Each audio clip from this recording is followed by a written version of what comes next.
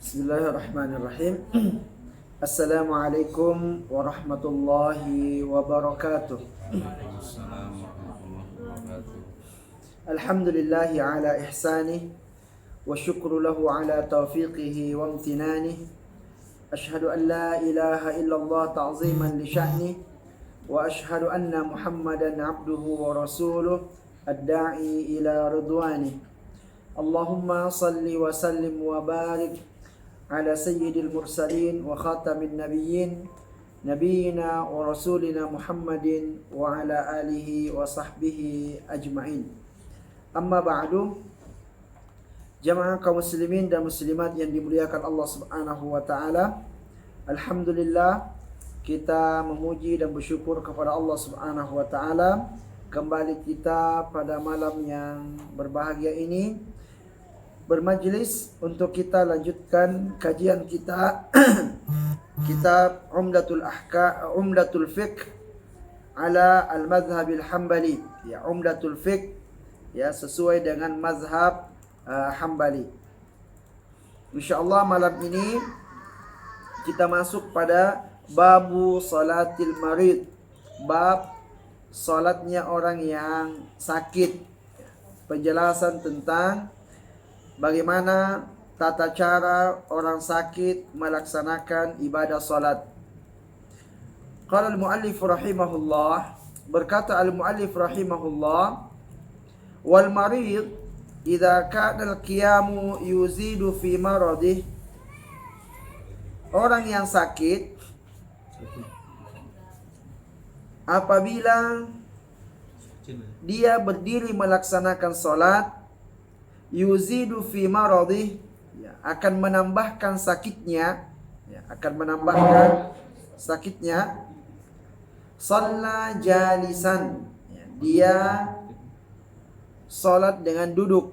Jika dia berdiri melaksanakan salat dan berdirinya itu menjadikan sakitnya bertambah. Fa illam yatiq fa'ala jambihi. Kalau dia juga tidak bisa duduk, maka dia boleh berbaring dengan menyamping. Liqauli Rasulullah sallallahu alaihi wasallam li Imran bin Husain. Berdasarkan sabda Nabi sallallahu alaihi wasallam kepada Imran bin Husain, "Shalli qa'iman." Salatlah kamu dengan berdiri. Dan tentu kita ketahui bahwa berdiri ketika salat itu hukumnya rukun. Shalli qa'iman. Salatlah kamu dengan berdiri. Fa illam tastati fa qa'idan. Jika kamu tidak mampu berdiri, maka dengan duduk. Fa illam tastati fa ala jambin. Jika kamu tidak bisa juga duduk, maka ya berbaring dengan miring. Ini adalah dasar daripada tata cara salat orang yang lagi sakit. Lagi sakit ada 3 urutan. Pertama mesti berdiri, dan ini hukum asal. Lalu kemudian duduk, kalau tak bisa juga duduk boleh berbaring. Kemudian fa in syaqqa alaihi, jika dia sulit untuk berbaring dengan miring, ya, awalnya miring ke kanan, ya. Jadi tentu kalau dia miring ke kanan, nanti kepalanya di sebelah utara. Kalau dia miring, kalau tidak bisa kanan, berarti kan kirinya. Kepalanya di sebelah selatan. Nah, karena ada 2 bentuk ketika seseorang miring dalam salat, namun tetap wajib menghadap kiblat. Nah, kalau dia juga tidak bisa miring, maka fa'ala zahri, dia berbaring di atas punggungnya. Jadi berarti dia tidur terlentang. Nah, tidur terlentang. Disebutkan yakni as-salatu ala jambihi, shalla ala zahrihi wa wajhuhu wa rijlahu ila al-qiblah. Jadi dia salat di atas, dia baring di atas punggungnya, ya, wajah dan kedua kakinya menghadap kiblat. Li'anna dzalika ashal alaih, karena itu yang lebih mudah baginya. Lalu kemudian Berikutnya, wa in ajaza 'anil ruku'i was sujud au ma'a bihima. Jika dia tak mampu untuk rukuk dan sujud, maka dia cukup untuk menunduk, ya, menunduk. Maka ini siapapun yang mungkin dia lagi sholat berdiri, dia tidak bisa duduk, tidak bisa rukuk, tidak bisa sujud, ya berdiri aja bisanya. Maka ya, gimana rukuk dan sujudnya? Rukuknya dengan menundukkan kepala, ya. Dan tentu sujudnya lebih rendah daripada rukuknya. Jadi tunduknya lebih ke bawah lagi, ya. Itu dengan kepala saja, ya, lebih rendah daripada rukuk. Lalu kemudian wa alaihi qada'u ma fatahu minas salawat fi igma'ihi, ya. Dan wajib baginya untuk mengqadha salatnya jika orang itu sakit dan menyebabkan dia pingsan. Jadi selama dia pingsan, ketika dia sudah sadar dari pingsannya, maka kalau ada solat yang dia tinggalkan saat itu, hendaklah dia ganti setelah dia sadar. Nah, jadi seperti itu. Namun para ulama memberikan perincian, jika kurang dari 3 hari, ya, jadi pingsannya itu kurang dari 3 hari, maka dia ganti. Tapi kalau lebih dari 3 hari, maka tak perlu diganti. Tak perlu diganti. Kenapa demikian? Ya, karena ada dua yang dikiaskan. Ya. Orang yang pingsan ini bisa dikiaskan dengan orang yang lagi tidur, atau dikiaskan dengan orang yang majnun, orang yang tidak berakal. Ya. Kalau dia tidak berakal, berarti kan kewajiban salatnya terangkat. Ya. Tapi kalau dia itu disamakan dengan orang tidur, maka orang tidur itu dia wajib melaksanakan sholat ketika dia bangun. Jadi diqadha, diganti sholat yang tertinggal. Contoh mungkin sebelum jam 12, sebelum zuhur dia ya, terjatuh pingsan, sadarnya di waktu asar, ya, sudah jam 4 atau jam 5 sore baru sadar. Berarti kan ada sholat yang terlewat, yaitu sholat zuhur. Ya, hendaklah dia qadha sholat zuhur itu, ya, ketika dia sadar, perintahkan dia sholat zuhur, kemudian sholat asar. Nah, dan disebutkan bahwa ya, ini berlangsung, kalau berlangsung selama 3 hari, lebih dari 3 hari, maka dia disamakan dengan orang yang gila, orang yang tidak berakal. Nah, jadi dia tidak qadha kalau sudah lebih dari 3 hari baru sadar. Nah, kemudian wa in syaqqa alaihi fi'lu kulli salatin fi waqtiha falahul jam'u baina adh-dhuhri wal 'ashri. Jika orang sakit ini sulit baginya untuk melakukan salat setiap waktu, maka boleh baginya menjamak antara zuhur dan asar. Wa bainal isya'aini fi waqti ihdahuma, dan juga antara maghrib dan isya di salah satu di antara kedua waktunya. Artinya boleh dijamak takdim, boleh dijamak takhir. Kalau umpamanya zuhur asar boleh dilaksanakan di waktu zuhur, atau boleh juga dilaksanakan di waktu asar. Begitupun maghrib dan isya. Jadi orang yang sakit boleh baginya untuk menjamak salat. Lianna Ibn Abbas qala jama'a Rasulullah SAW baina az-zuhri wal 'asri wal maghrib wal isya bil Madinah min ghairi khaufin wala matar. Ibnu Abbas pernah menyampaikan bahwa Rasulullah pernah menjamak salat antara zuhur dan asar, maghrib dan isya tanpa ada khauf, rasa takut, dan tanpa ada hujan. Artinya tanpa ada sebab. Lalu kemudian ketika Ibnu Abbas ditanya kenapa Nabi SAW melakukan itu, beliau mengatakan karena Nabi SAW tidak ingin memberatkan umatnya. Dari situ dapat dipahami bahwa ya, menjamak salat itu ilatnya atau sebabnya adalah al-masyaqqah, ada kesulitan, ada keberatan seseorang untuk salat di setiap waktu ya. Maka contoh orang sakit kalau dia keberatan ya, untuk sholat di setiap waktu, dibolehkan baginya untuk menjamak sholatnya karena ada keberatan untuk sholat di setiap waktu. Kemudian wali anna Nabiya SAW amara Sahlah binta Suhail wa Hamna binta Jahshin bil jam'i baina salataini li ajli istihadhah. Juga Nabi SAW pernah perintahkan kepada Sahlah binta Suhail dan juga Hamna binti Jahshin untuk menjamak salat menjamak antara dua salat karena sebab istihadhah. Istihadhah. Ya, kenapa orang istihadhah ini boleh menjamak salat? Karena sulit baginya untuk membersihkan di setiap salat. Ya, di setiap salat. Ya, bahkan disunnahkan bagi orang yang mustahadhah ini agar mandi di setiap salat. Ya.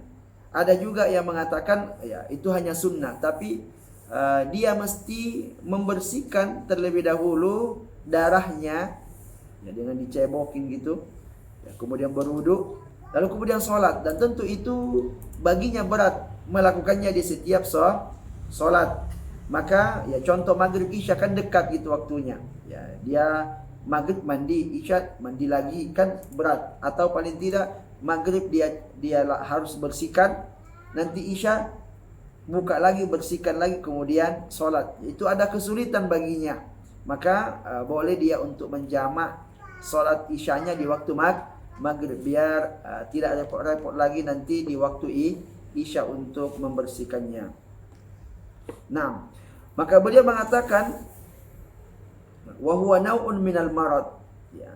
Orang yang istihadhah itu salah satu di antara bagian atau termasuk dia bagian dari sakit. Ya, sakit karena istihadhah itu adalah darah penyakit yang keluar pada wanita. Maka siapapun yang sakit boleh baginya untuk mengqadha menjamak salatnya jika berat baginya untuk salat di setiap waktu.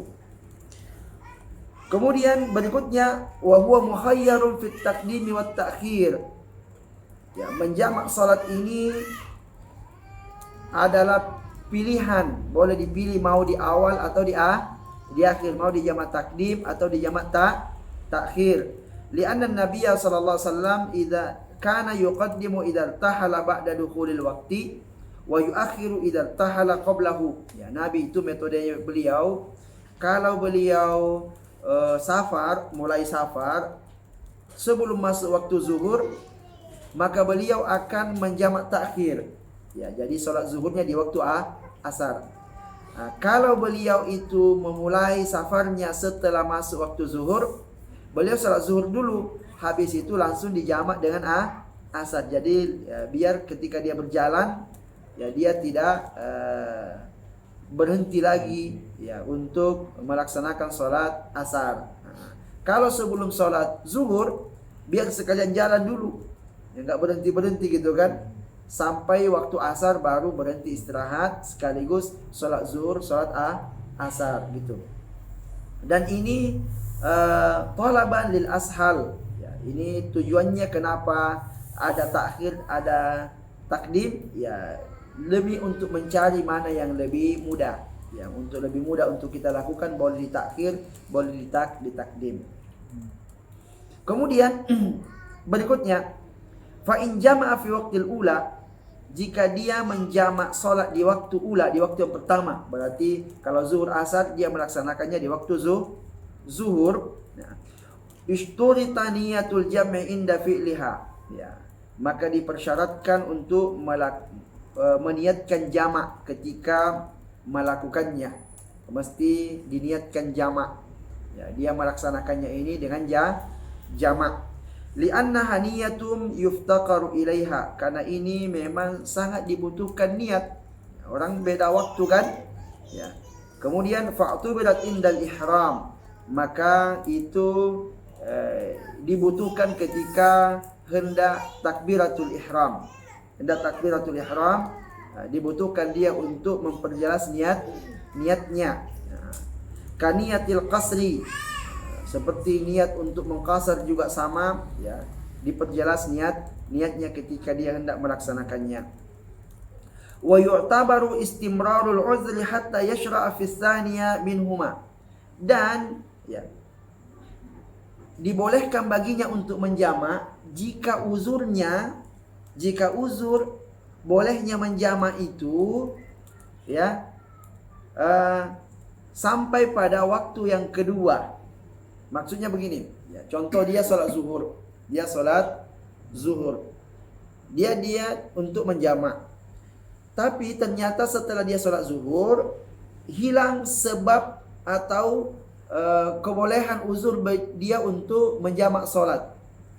Mungkin dia langsung sehat habis sholat zuhur kan. Kalau dia sudah sehat, ngapain lagi menjamak gitu loh.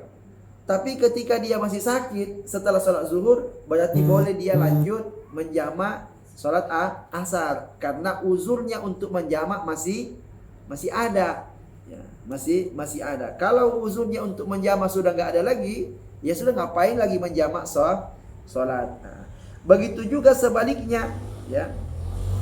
Kalau seandainya dia itu menjamak takhir, ya, sebelum sampai di waktu asar, ya, dia sudah hilang uzurnya, ya dia sholat zuhur aja, ngapain lagi menjamak mengakhirkan sampai masuk waktu asar gitu. Nah, contoh safar gitu ya. Safar kan salah satu nanti sebabnya bolehnya menjamak sholat itu karena safar, ya.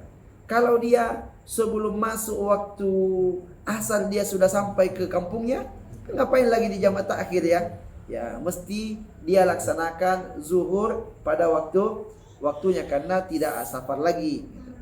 Nah, wala yufarriqu bainahuma illa biqadril wudu.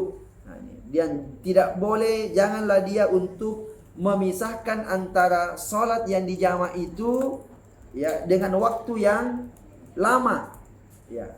Boleh waktunya hanya sekedar untuk mengambil wudu. Maksudnya kalau kita sholat zuhur plus sholat asar kan dijamak itu, jedahnya antara sholat zuhur dengan sholat asar itu berapa lamanya? Ya, dalam mazhab Hambali mengatakan tidak bolehlah lama. Biasanya kalau kita menjamak sholat itu habis salam, assalamualaikum warahmatullah, assalamualaikum warahmatullah, lanjut lagi ya. Lanjut lagi untuk langsung melaksanakan sholat asar setelah itu. Jedahnya itu tidak bolehlah lama. Terus berapa jedahnya yang dibolehkan? Ya, sekedar waktu untuk pergi mengambil wudhu. Yang jika sekiranya habis sholat zuhur, kentut dia batal, kan dia harus pergi ambil wudhu kan, untuk kemudian sholat asar lagi di situ. Nah, jadi itu aja waktu yang ditoleransi baginya untuk boleh untuk memisahkan antara sholat zuhur dengan sholat asarnya atau maghrib dengan isyanya ketika hendak dijamak. Ini dalam mazhab Hambali. Ya. Namun Syekhul Islam Ibnu Taimiyah berpendapat bahwa dari mana pula itu pembatasan hanya sekedar untuk mengambil waktu, hanya sekedar mengambil wudhu gitu. Padahal kan nggak ada, dalam hadis itu nggak ada. Mereka mengatakan, mazhab Hambali mengatakan namanya menjamak itu artinya menyatukan gitu ya. Namanya menyatukan, dia tidak berpisah dalam waktu yang lama. Dan karena kalau mau dijamak, seandainya dia itu batal, ya dia pergi wudhu. Ya, itu aja waktu yang ditoleransi untuknya. Namun Syekhul Islam Ibnu Taimiyah mengatakan karena tidak ada dalil yang mengatur waktunya itu, sehingga siapa yang menentukan kira-kira berapa waktu yang ditoleransi. Maka Syekhul Islam Ibnu Taimiyah mengatakan intinya kita melaksanakan 2 sholat dalam satu waktu, walaupun waktunya agak lama, 1 jam kah, Ya kan, pokoknya sholat zuhur di jam setengah 1. Bagaimana kalau di jam 2 baru sholat asarnya? Jamak nggak namanya? Kata Ibnu Taimiyah, jamak namanya ini. Karena yang dimaksud dengan jamak adalah melakukan 2 sholat dalam satu waktu. Ya, kan ini masih waktu zuhur ini. Boleh dong untuk melaksanakan sholat asar di jam 2 gitu. Ya, namun dalam mazhab Hambali mengatakan tidak. Ya, tidak boleh kalau waktunya sudah lama. Ya. Jadi waktu yang ditoleransi hanya sekitar waktu untuk pergi mengambil air wudhu saja. Kemudian wa in akhara, jika seandainya dia mengakhirkan, u'tubira istimrarul uzri ila dukhuli waqti tsaniyah. Ya, mesti uzurnya masih ada, uzurnya untuk menjamak masih ada hingga masuk waktu yang kedua. Ya, itu contohnya tadi, kalau seandainya kita masih uzur kita untuk menjamak itu adalah safar, anggaplah safar, ya. Ketika kita masuk di waktu asar, kita masih dalam keadaan safar, maka boleh kita untuk menjamak takhir. Tapi kalau seandainya safar kita itu sudah habis sebelum masuk waktu asar, berarti uzur kita untuk menjamak tidak ada lagi. Maka kita mesti sholat zuhur di waktunya walaupun di akhir waktu. Nanti setelah itu baru masuk waktu asar, laksanakan lagi sholat asar. Maka ini bukan menjamak namanya, tapi masing-masing melaksanakannya di waktunya masing-masing. Dan kenapa dia tidak boleh menjamak? Karena uzurnya sudah tak ada. Nah. Kemudian ya, wa yanwil jam'a fi waqtil ula. Ya, juga kalau dia menjamak salat dengan jamak takhir, juga wajib hukumnya dia untuk berniat ya ketika dia melaksanakan salat yang pertama. Karena kalau dijamak takhir kan berarti zuhur dulu kemudian asar. Tetap ketika dia hendak melaksanakan sholat, dia mesti meniatkan bahwa sholat yang akan dilakukannya adalah sholat jamak. Kemudian berikutnya, wa yajuzul jam'u lil musafir alladzi lahul qasru. Boleh bagi orang musafir untuk menjamak sholatnya jika safarnya itu dibolehkan dia untuk mengqasar. Untuk mengqasar. Jadi kan nanti ada pembahasan setelahnya sholatul musafir ini, jarak yang boleh seseorang untuk mengqasar sholat. Jadi kalau dia safar, safarnya ini sudah boleh baginya mengqasar, maka berarti sudah boleh juga baginya untuk menjamak gitu. 5 rawa Anas, ya, sebagaimana Anas radhiyallahu anhu meriwayatkan anna Nabi sallallahu alaihi wasallam kana idza a'jala bihi sayr yuakhiru zuhra ila waqtil asri fayajma'u bainahuma wa yuakhiru al-maghrib hatta yaghiba asy-syafaqu. Ya. Jadi Nabi sallallahu alaihi wasallam itu ya, kalau beliau agak buru-buru, beliau akan mengakhirkan waktu zuhur ke waktu asar. Jadi jamak takhir. Nah, wa yajma'u bainahuma wa yuakhirul maghrib hatta yaghiba syafaq. Juga Nabi mengakhirkan waktu maghrib hingga hilang syafaq. Syafaq itu merah-merah yang ada di pinggir langit. Kalau merah-merah itu sudah hilang, berarti sudah masuk waktu isya gitu. Berarti Nabi mengakhirkan waktu maghrib ke waktu isya. Kapan? Ketika beliau safar. Jadi Nabi SAW selain daripada mengqasar, ketika safar beliau juga kadang menjamak. Kadang juga Nabi SAW tidak menjamak. Dia sholat di setiap waktu, namun sholatnya dengan qasar.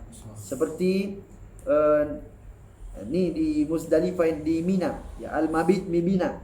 Di tanggal 8 Zulhijjah kan para haji ini berangkat ke Mina dan nginap di Mina semalam. Nah, di Mina itu kalau dia berangkat pagi, zuhur, asar, maghrib, isya, subuh, untuk zuhur 2 rakaat. Ya, tapi sholatnya di waktu zuhur. Nanti masuk waktu asar, sholat lagi 2 rakaat lagi. Masuk waktu maghrib, dia sholat 3 rakaat. Masuk waktu isya, 2 rakaat. Jadi sholat di setiap waktu tapi tidak menjamak. Nanti Nabi SAW menjamak sholatnya itu ketika Arafah, ya. Nabi sholat zuhur plus asar, jamak qasar. Nanti maghrib isya itu Nabi melaksanakannya di Muzdalifah, al-mabit di Muzdalifah. Itu jamak takhir, ya. Maghrib isyanya nanti di waktu isya baru melaksanakan sholat di Muzdalifah. Ya, tapi untuk zuhur asar di jamak takdim, karena setelah sholat zuhur baru mulai wukuf sampai matahari terbenam. Nah, jadi ada Nabi Shallallahu Alaihi Wasallam menjamak, ada juga Nabi Shallallahu Alaihi Wasallam hanya mengqasar. Nah. Kemudian berikutnya, wa yajuzu fil matari bainal isyai'aini khasah, dan juga boleh menjamak solat yaitu kalau terjadi hujan, tapi khusus antara maghrib dan isya saja yang dijamak. Zuhur asar enggak bagi mazhab Hambali, karena sebetulnya turun hujan di saat sholat. Hujan ini menjadi salah satu sebab bolehnya untuk menjamak. Berarti kan sebetulnya umum gitu. Zuhur asar, kalau umpamanya kita sholat di waktu zuhur, tiba-tiba habis sholat hujan lebat turun, ya, boleh muazin qomat lagi. Qomat, habis itu sholat langsung imamnya takbiratul ihram, sholat asar langsung. Tapi tentu tetap jamak. Kalau jamak itu kan beda, jangan jamak qasar. Kalau qasar dikurangi, ya. Jadi zuhur 4 langsung sholat lagi saat itu asar 4 rakaat. Nanti asar nggak perlu lagi ke masjid. Nah, kemudian maghrib isya, pas maghrib hujan deras, ya udah langsung setelah sholat maghrib langsung laksanakan sholat isya, namanya dijamak. Dalam mazhab Hambali yang boleh dijamak kalau turun hujan hanya maghrib ke isya saja. Kalau zuhur asar katanya enggak boleh. Tapi mazhab yang lain boleh. Mazhab yang lain boleh karena ya Nabi menyebutkan sebab bolehnya menjamak itu adalah turun hujan. Nah, dia mengatakan kalau malam memang agak berat katanya. Ya kan? Agak berat orang itu datang ke masjid lagi isya, apalagi hujan. Jadi sekaligus. Kalau zuhur asar katanya orang katanya pergi kerja, ya kan? Ya, nah, tetap pergi kerja, tetap dia mau keluar rumah gitu, ya. Walaupun hujan, sehingga tidak diberikan uzur. Tidak diberikan uzur kalau antara zuhur ke asar. Tapi kalau maghrib ke isya diberikan uzur karena orang sudah berada di rumah, udah malam mau istirahat, mau tidur gitu. Jadi seperti itu. Lalu kemudian disebutkan lagi hujannya. Hujannya membolehkan seseorang itu menjamak sholat adalah hujan yang membuat baju basah. Jadi kalau hanya rintik-rintik kecil, ini janganlah menjamak kalau hanya rintik-rintik kecil. Jadi hujannya disebut, hujan yang dimaksud adalah hujan kalau kita keluar bajunya jadi basah. Nah, jadi ini tadi membahas dua hal, ya. Pertama tentang sholatnya orang yang sakit, ya.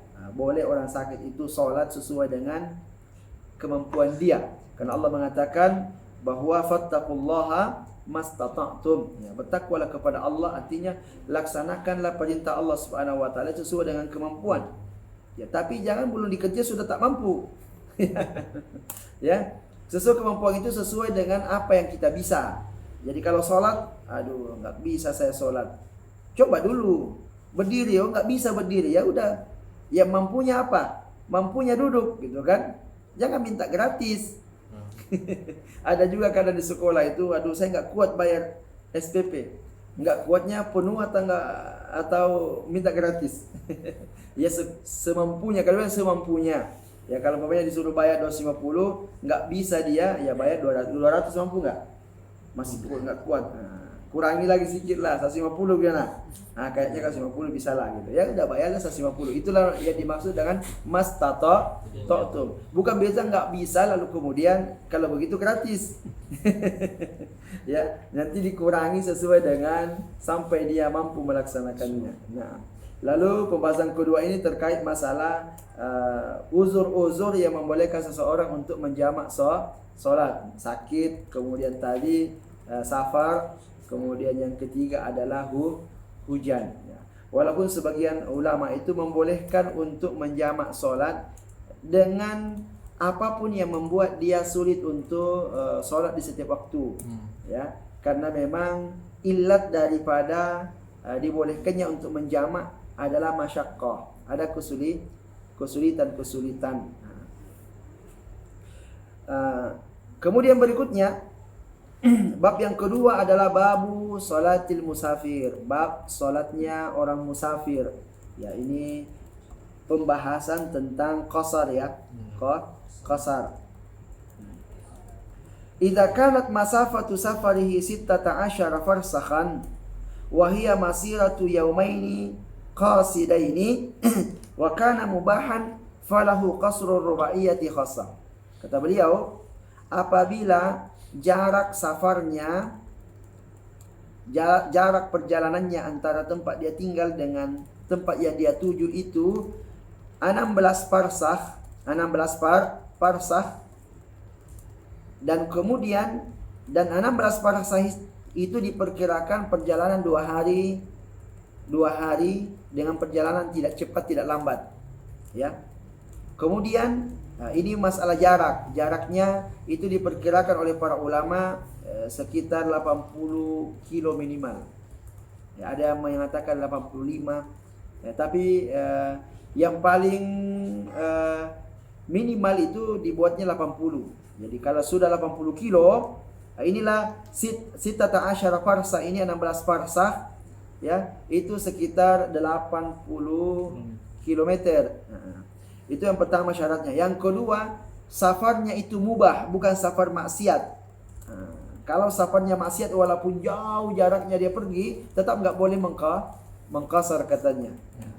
Kemudian yang diqasar hanya ar-rubaiyah, salat yang 4, ya, dikurangi menjadi 2. Adapun yang 3, ya, maghrib nggak dikurangi. Nanti kurangnya nanti nggak cukup 1,5 gitu kan.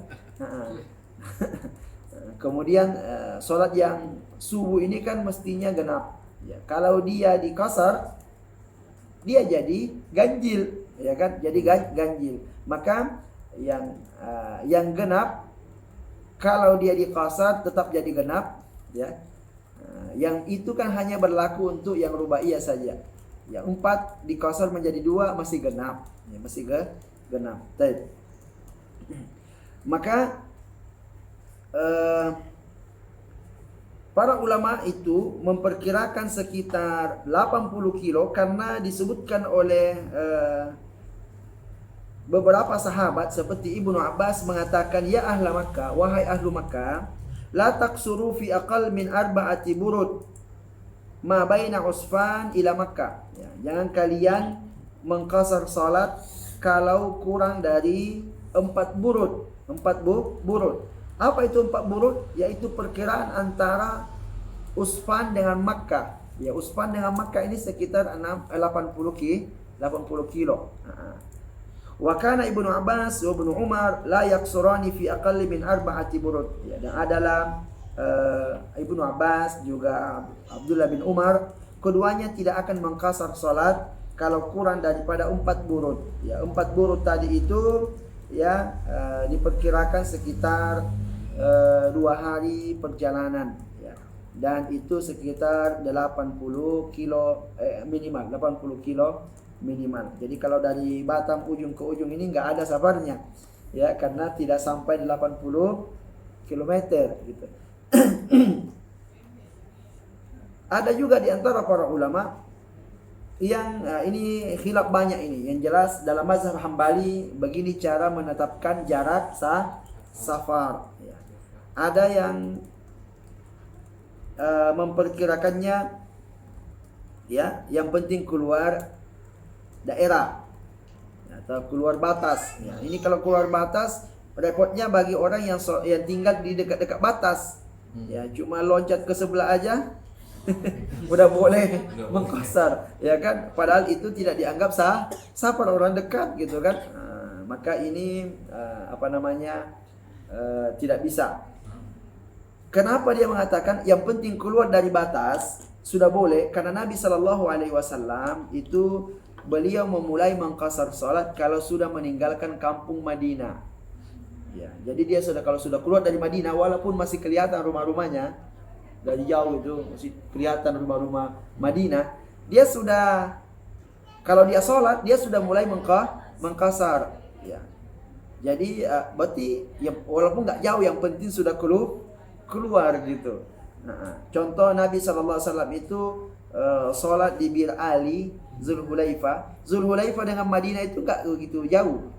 Ya, tidak begitu jauh. Tapi Nabi SAW ketika mampir di situ beliau sudah mulai mengqasar. Nah, kemudian ya, asyartus tsani an yakuna safar mubahan. Ya, jadi persyaratan seseorang boleh mengqasar salat, satu, safarnya tidak boleh kurang dari 80 kilo.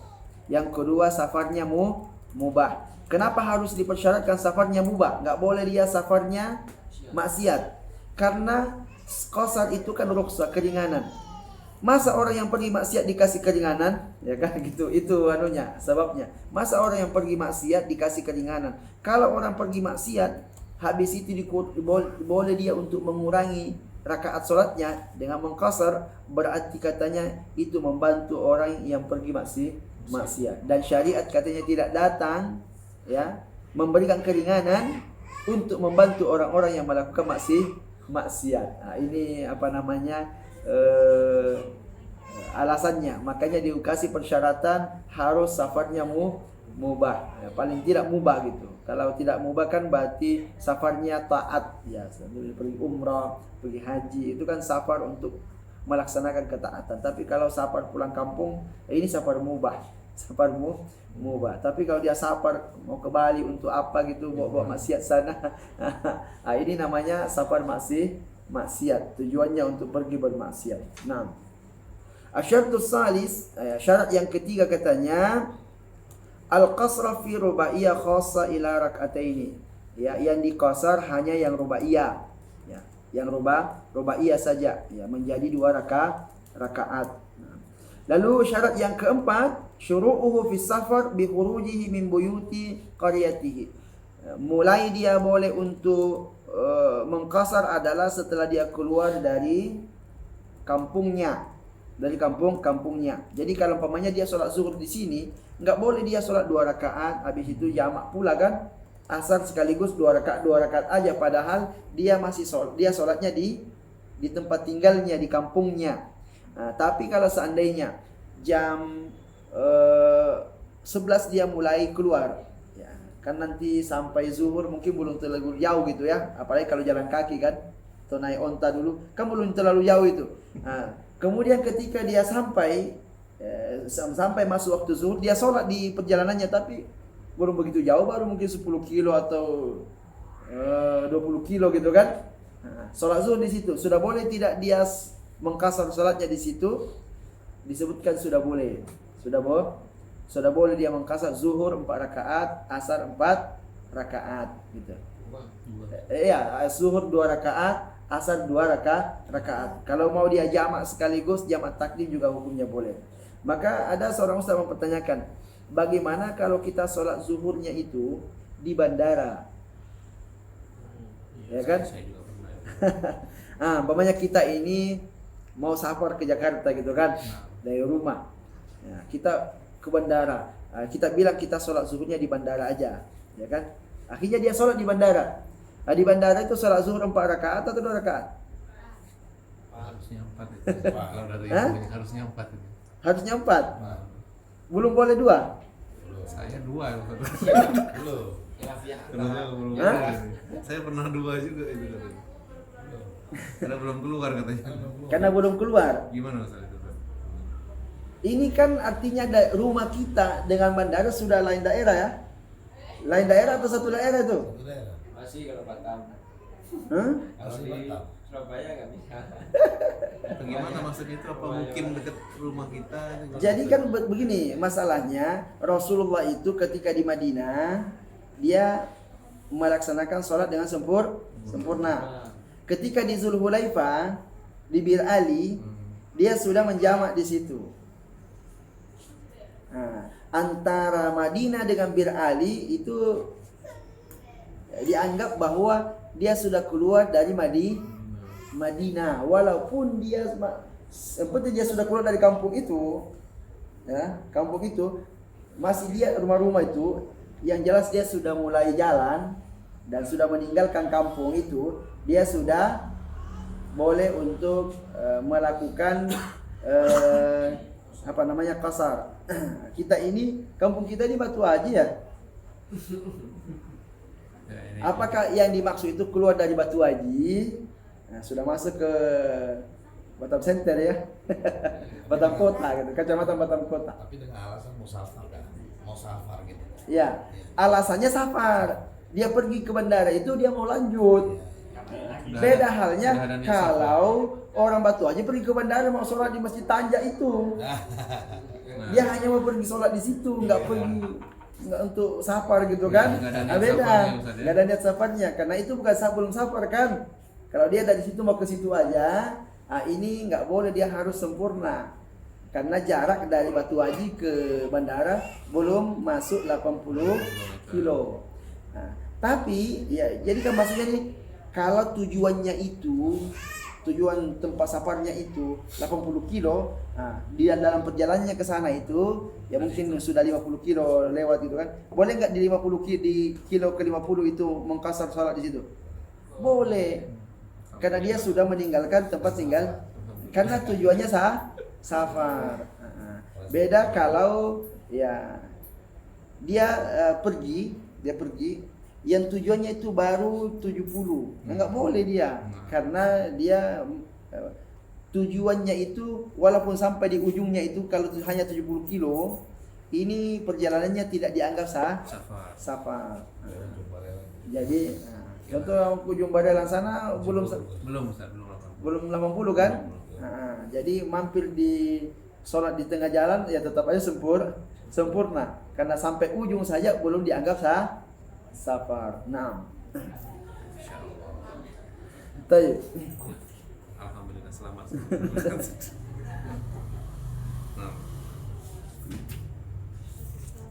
Baik.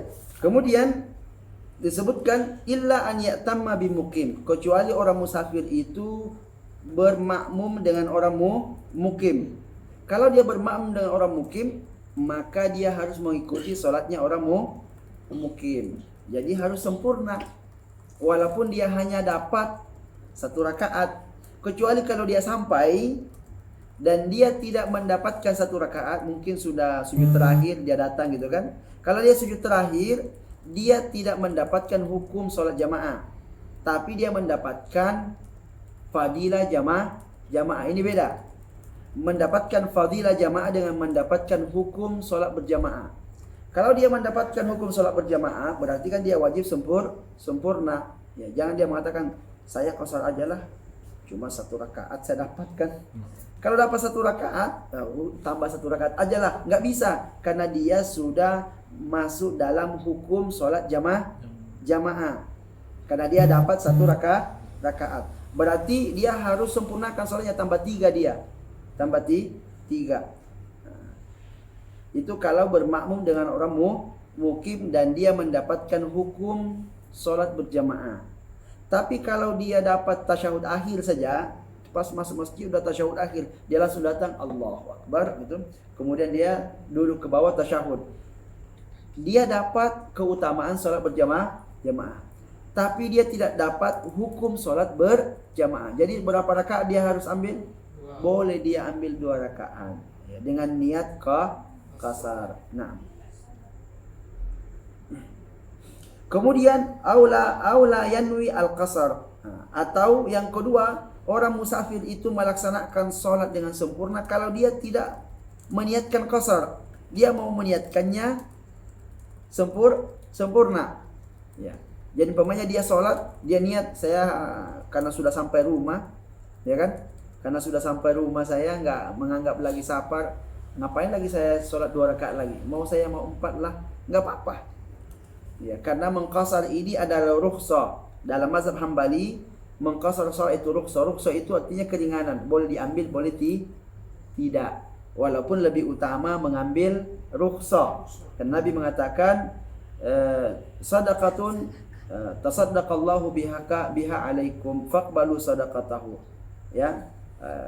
Rukhsah itu adalah sedekahnya Allah ya atas kalian, maka terima sedekahnya Allah. Terima sedekahnya Allah. Allah mau mengurangi beban kita. Ya, mestinya 4 kita bayar 4, dibilangnya bayar 2 saja.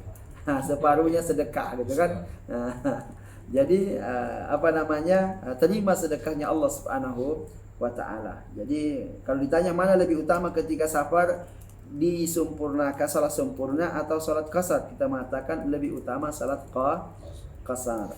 Walaupun sebagian ulama mengatakan qasar itu hukumnya wajib, tidak boleh sempurna sama sekali kalau dalam keadaan safar. Jadi kalau salat sendiri atau salat berjamaah dengan jamaah musafir, ya wajib 2, tidak boleh 4. Itu. Tapi kan repotnya kita ini, kalau pulang kampung dibilangnya, oh ini ustaz, langsung suruh imam kan. Gak mungkin kita sholat 2 rakaat nanti bingung pula orang kampung itu. Ini kok 2 rakaat udah salam gitu kan. Nanti semuanya pada subhanallah, subhanallah. Ya, akhirnya ya umpamanya kita pulang kampung dengan niat kita masih musafir kan. Ya, kita masih musafir, suruh imam. Ya, niatkan saja sempurna. Jangan niatkan qasar ya supaya jamaah tidak bingung gitu ya. Ya, pada orang kampung yang tak ngerti fikih, waduh, nanti kacau nanti. Nah, kemudian awayansa salat hadrin fayazkuruha fi safar atau salat safarin fayazkuruha fil hadar. Yang ketiga, di mana seorang musafir harus melaksanakan salat dengan sempurna, yaitu ketika dia lupa salat di tempat tinggalnya. Nah, ketika dia safar baru diingat, kemarin itu di Batam, dia udah di Jakarta nih. Kemarin di Batam lupa saya salat zuhur. Di Jakarta baru ingatnya. Di Jakarta itu dia sholat zuhur 2 rakaat atau sholat zuhur 4 rakaat untuk mengqadha sholatnya yang dilupa. Jawabannya 4. Jawabannya 4. Atau dia itu sholatu safarin fayazkuruha fi hadar, atau dia masih di Jakarta lupa sholat sampai Batam baru ingat, astagfirullah kemarin waktu saya di Jakarta lupa saya sholat asar. Ketika di Batam dia mau laksanakan sholat asar yang ditinggal, yang dilupa itu ketika dia lagi di Jakarta. Berapa rakaat? Ini tetap dikatakan 4. Tetap dikatakan disuruh sholatnya 4. Kenapa? Karena dia bukan lagi dalam keadaan sah. Dia kan sudah mukim kan? Sudah mukim, jadi udah balik. Jadi uzurnya untuk mengqasar nggak ada. Uzurnya untuk mengqasar tidak ada.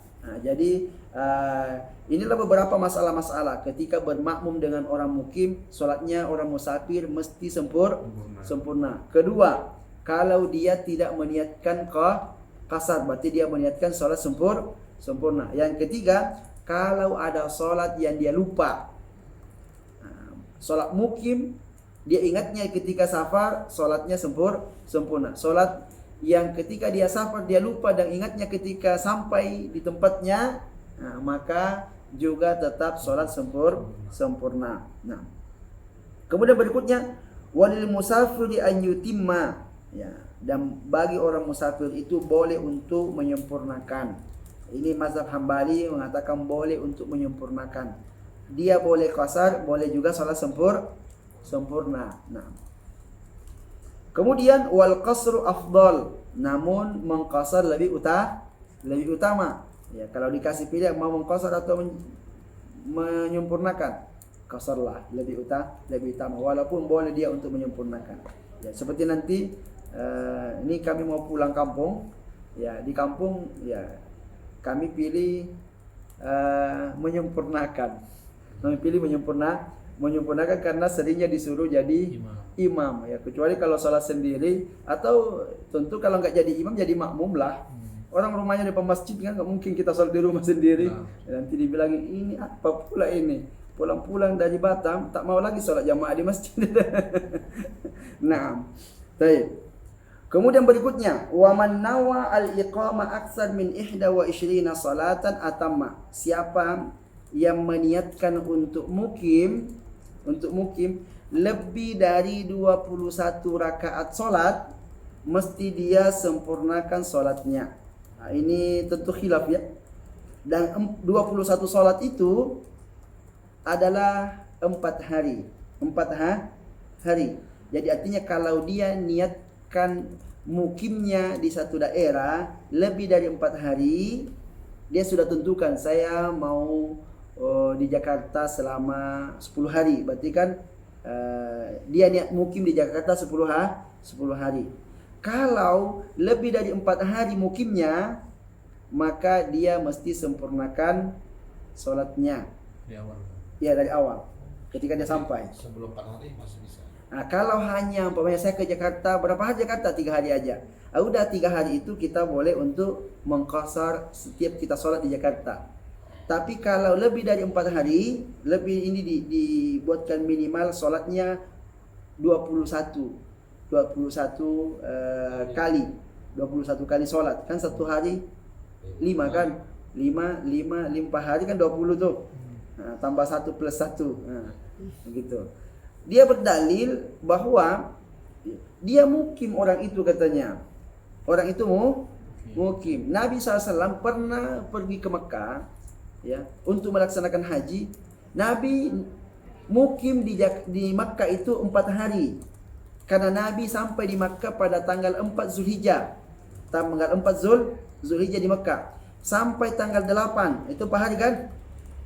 Setelah di tanggal 28 Nabi pindah, enggak di Makkah lagi, dia pindah ke Mina. Ya, pada tanggal 28 itu, tanggal 8 Zulhijjah itu hari tarwiyah. Ya. Di Mina Nabi masih mengqasar. Di Mina cuma semalam, pindah lagi ke Arafah. Ya. Setelah di Arafah pindah ke Musdalifah. Nabi mengqasar dan menjamak lagi karena dia kurang dari 4 hari. Lalu kembali lagi ke Mina 3 hari. Setelah di Mina kan dia tinggalkan lagi Mina, pergi lagi ya. Lalu kemudian kembali ke Madinah. Berarti Nabi mukimnya di Makkah yang paling banyak itu 4 hari. Artinya dia berada di Makkah, enggak keluar-keluar dari Makkah itu 4 hari. Dan itu sholatnya kurang dari 21. Karena kalau 4 hari maksimalnya 20 sholat kan. Nah, itu yang dijadikan sebagai patokan. Ya. Tapi kemudian kan ada juga Nabi pernah di Fathu Makkah lebih dari 10 hari di Mekah.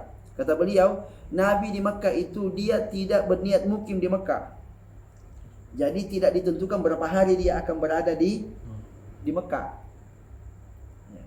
Entah berapa yang jelas. Kalau tidak ditanggallah kita ke Jakarta. Berapa hari Jakarta? Entah berapa hari. Yang jelas saya ada urusan, nanti selesai urusan saya baru pulang. Kan gak jelas berapa. Kalau seperti ini, kapanpun boleh. Ya, tapi kalau sudah jelas angkanya, kamu berapa hari Jakarta? Sekian hari. Sekian hari. Nah, lebih dari 4 hari sampai Jakarta dia sudah dianggap mukim. Karena dia niat mukim di Jakarta 4 hari atau lebih dari 4 hari. Sudah jelas. Ya, jadi ketika sampai dia sudah sampai ke tempat mukim, itu maksudnya. Ya. Namun ini dalam mazhab Hambali seperti ini cara menentukan jumlah hari. Dalam mazhab yang lain enggak. Apalagi Syekh Al-Utsaimin beliau mengatakan begini. Orang itu cuma satu tempat mukimnya katanya. Entah di sini atau di sana gitu kan. Kalau dia ke sana, selama dia tak ke sini, tak kembali, berarti di sana namanya tetap safar. Ya, tetap safar. Jadi ya udah, kita pulang kampung sebulan safar gitu ya. Nah, kalau sudah beli tiket PP, itu jelas mukimnya. Kalau belum beli tiket PP, belum jelas lagi pulangnya kan. Belum tanggal berapa lagi. Masya Allah. Tapi kalau seandainya kita mau ambil pendapat ini, maka ini adalah kehati-hatian sebetulnya. Kehati-hatian. Ya. Lebih baik kita solat sempurna dan itu sudah pasti diterima daripada mestinya kita solat sempurna tapi kita masih qasar. Ini repot, nggak cukup solat kita kan? Ya, mestinya dia solat zuhur 4 rakaat dia malah 2 rakaat saja, kurang kan? Ya, bisa saja ini kalau seandainya ini salah pendapat ini, pendapat yang betul itu ini yang betul, pendapat yang membolehkan lebih dari 4 hari itu salah. Ini nggak betul lah salat kita jadinya kan. Maka untuk lebih kehati-hatiannya seperti itu. Nah,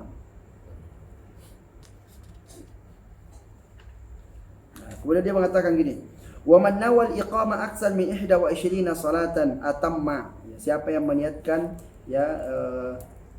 iqamah atau mukim di suatu daerah lebih dari 21 solat, maka dia sempurnakan solatnya. Wa illam yajma' ala zalik kasara abada. Kalau dia tidak menentukan berapa hari dia akan tinggal di situ, ya, maka boleh dia mengqasar abadan selamanya. Ya, karena dia tidak menentukan berapa hari. Tapi kalau sudah ditentukan, ini yang dikhilafkan oleh para ulama. Nah, jadi itulah beberapa masalah-masalah terkait masalah salatul musafir dan juga salatul al-marid yang bisa kita sampaikan pada malam kali ini. Dan kemudian berikutnya jika ada yang ingin bertanya, ingin memperjelas, dipersilahkan. Ada sih ibu-ibu kalau mau tanya. Ya, barakallahu fikum Ustaz. Yang tadi Ustaz, kalau kita dalam 21 waktu sholat itu kan saya punya kejadian kayak gini. Kadang saya mau pergi keluar daerah, memang belum tahu ini lama atau sebelum 21 rakaat ini. Cuman sepertinya lebih lah waktunya, tapi belum tahu lebihnya berapa lama. Itu bagaimana tuh? Tapi kayaknya lebih nih 21. Tapi belum fix baliknya tuh kapan, karena belum tahu. Itu yang seperti itu yang dibolehkan untuk boleh terus untuk qasar. Jadi dia seperti Rasulullah disebutkan sini, Nabi pernah ke Tabuk itu 20 hari ya, atau 23 hari ya. Tapi kan tidak ditentukan saya ini pergi perang ke Tabuk 20 hari aja gitu kan. Entah bisa kurang dari 20, bisa lebih dari 20. Dan selama itu Nabi SAW mengqasar. Namun ya tidak ditentukan dari awal bahwa Nabi akan berada di Tabuk dengan waktu 23 hari itu, tidak. Jadi tidak jelas. Nah, itu Nabi mengqasar selama di sana. Nah, juga Anas bin Malik pernah dia ke Syam itu 2 tahun. Selama 2 tahun dia mengqasar. Ya, dia mengqasar selama 2 tahun. Alasannya ya karena Anas bin Malik tidak menentukan berapa lama dia akan berada di sana, ya. Berapa lama dia akan berada di sana, maka dia mengqasar salat. Nah, juga disebutkan ya ada juga di antara para ulama menjelaskan orang dianggap mungkin di suatu daerah itu kalau dia sudah mempersiapkan dirinya untuk tinggal.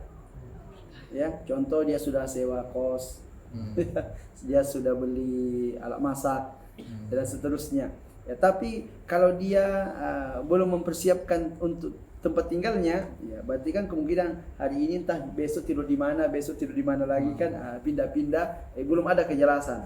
Jadi kalau dia ke Jakarta habis itu langsung sewa rumah di Jakarta, itu mungkin mau tinggal dia itu, ya walaupun ya tetap dia mau kembali ke Batam, tapi dia sudah mempersiapkan segala-galanya untuk di situ, ya dianggap dia orang mukim. Nah, berarti kalau untuk jamak kemudahannya lebih luas lah Ustaz. Kalau qasar yang terikat dengan jarak. Kalau qasar ini terikat dengan safar. Kalau jamak ini boleh dalam keadaan mukim, boleh dalam keadaan safar. Karena ilatnya beda.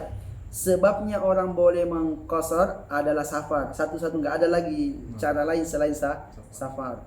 Kemudian kalau menjamak, sebabnya masyaqqah, kesulitan untuk sholat di setiap waktu. Ini bisa di saat safar, bisa juga di saat mukim. Nah, contoh orang sakit tadi, ya susah dia kena air terus, ya susah dia untuk bergerak, ya di setiap waktu, maka boleh dia untuk menjamak. Kalau jamaknya maksimal 2 waktu sholat atau boleh lebih? Misalnya nih Ustaz, ada kejadian ini, misalnya dia berangkat pagi, qadarullah memang lewat tuh zuhur, asar, maghrib, isya, waktu isya baru bisa. Apakah boleh tuh dijamak semua itu? Sebetulnya ini tidak boleh sebetulnya. Tidak boleh. Jadi yang boleh dijamak itu hanya 2 waktu sholat saja dijadikan satu. Ya, jangan dirapel semuanya gitu kan. Zuhur, asar, maghrib, isya. Nanti isya lah kita laksanakan semuanya. Ya, daripada kan berhenti kita. Ini nggak bisa. Namun pernah terjadi pada diri Nabi Shallallahu Alaihi Wasallam. Ya, ketika perang Khandaq itu Nabi nggak sholat zuhur, asar, maghrib. Nanti isya baru sholat. Kata para ulama ini Nabi lakukan ya sebelum turun bolehnya menjamak sholat, ya menjamak sholat, ya. Sehingga boleh karena sebabnya juga Nabi SAW disebutkan Nabi saat itu lupa sholat gara-gara terlalu sibuk untuk memikirkan peperangan. Ya, lalu kan setelah itu turun ayat perintah untuk melaksanakan sholat dalam keadaan perang. Nah, ada sholat khauf gitu ya. Ya, maka para ulama mengatakan ini sudah tidak bisa lagi berlaku karena sudah ada jamak, sudah ada sholat khauf itu. Nah,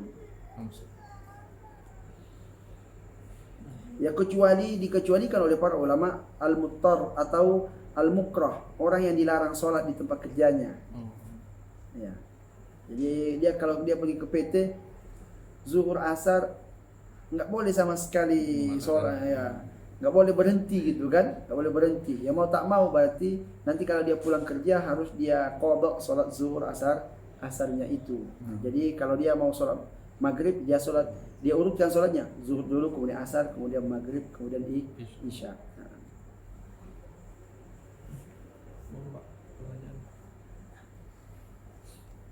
Mungkin kalau misalkan yang dibilang tadi untuk pada saat macet lah di jalan kadang-kadang sampai 2 jam. Ya, kan? Bukan di Batam lah kayaknya. Iya. Kalau Batam kayaknya kan gitu. Di Jakarta macet ya, Kadang-kadang atau kalau di Bogor. Batam ada juga seperti itu. Nah, mungkin apakah pada saat kita sudah waktu akhir di 2 sholat waktu sholat, misalnya kita jalan sholat pada saat berjalan, boleh?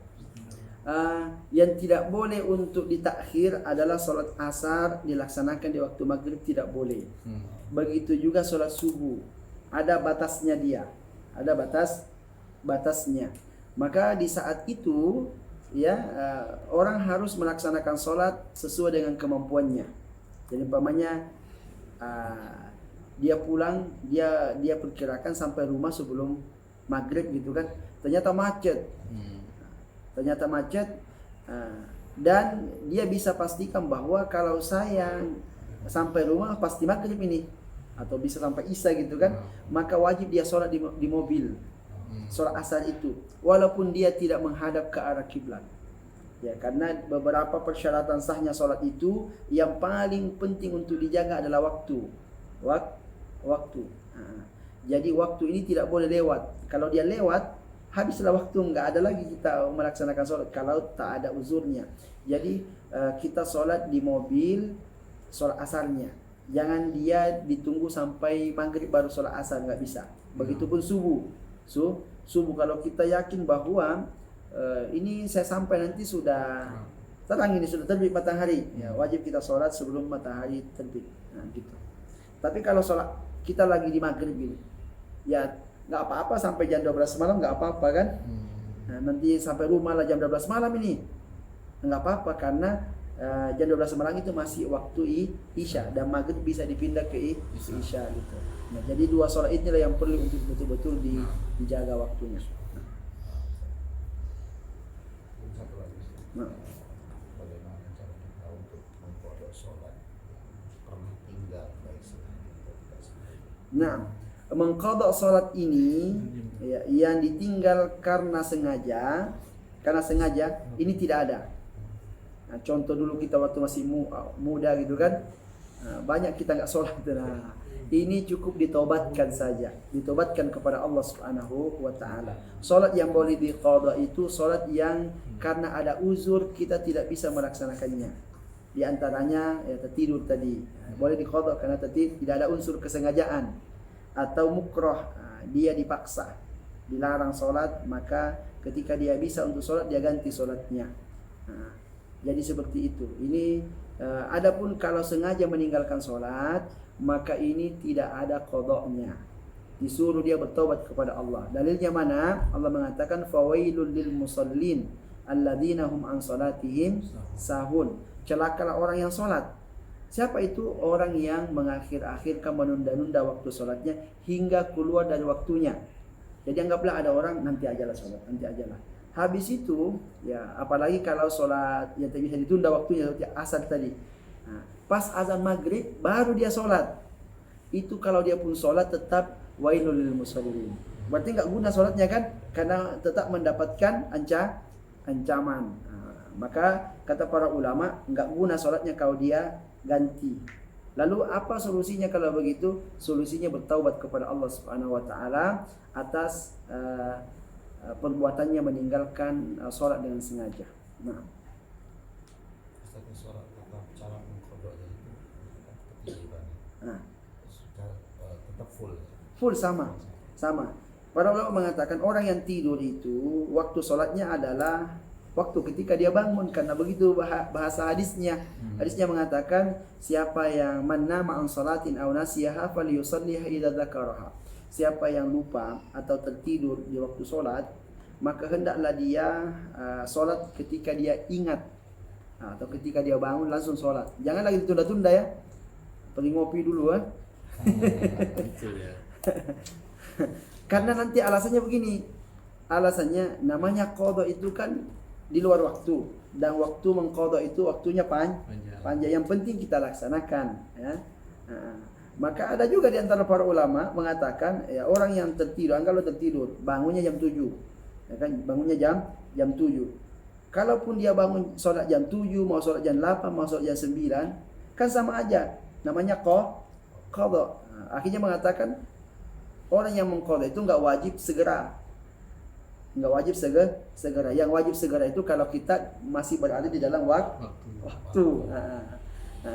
Namun bahasa hadisnya mengatakan hendaklah dia lakukan ketika dia bangun. Ingat, ini yang menjelaskan bahwa nggak boleh ditunda-tunda. Itu dulu dilaksanakan sebelum yang lain. Tadi kalau nggak salah mazhab Syafi'i mengatakan boleh ditunda-tunda. Sudah terlanjur lewat kan.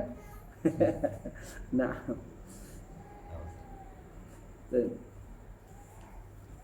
Ibu.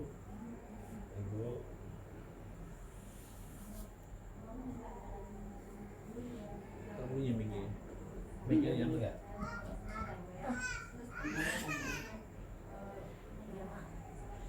Nggak dengar. Nggak dengar. Sudah.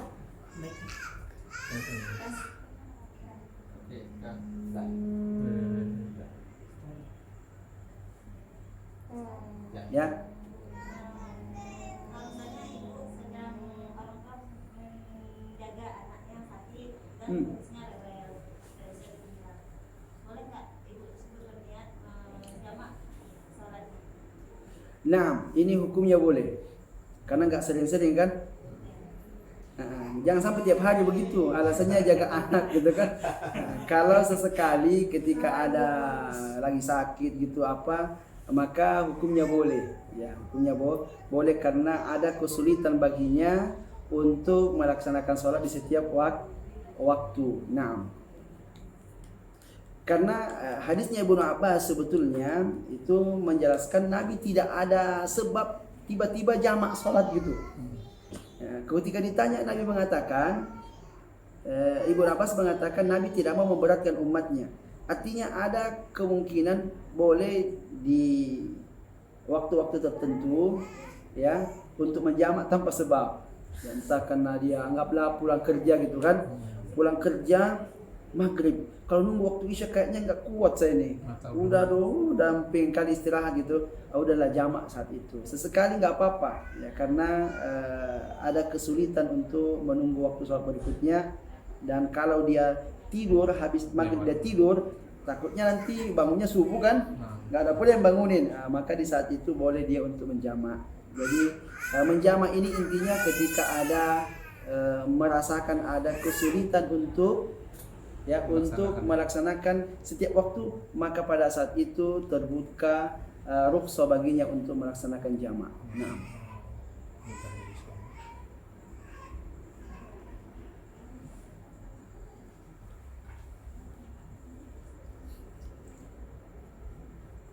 masih ada Bu? sudah.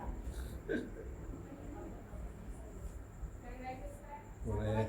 Nah, Boleh.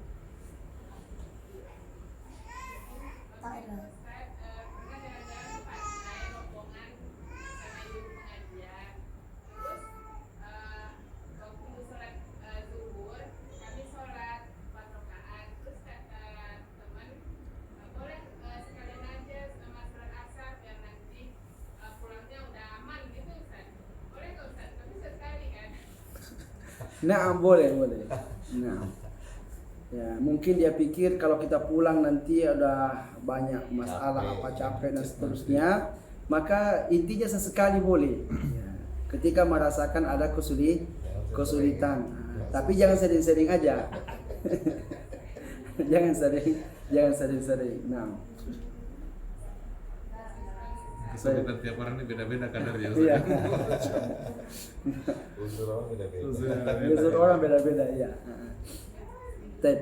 Nah, Kita cukupkan sampai di sini. Wassallallahu ala nabiyyina Muhammadin wa ala alihi wa sahbihi wasallam. Subhanakallahumma wa bihamdika asyhadu an la ilaha illa anta astaghfiruka wa atubu ilaik. Wassalamualaikum warahmatullahi wabarakatuh. Waalaikumsalam warahmatullahi wabarakatuh.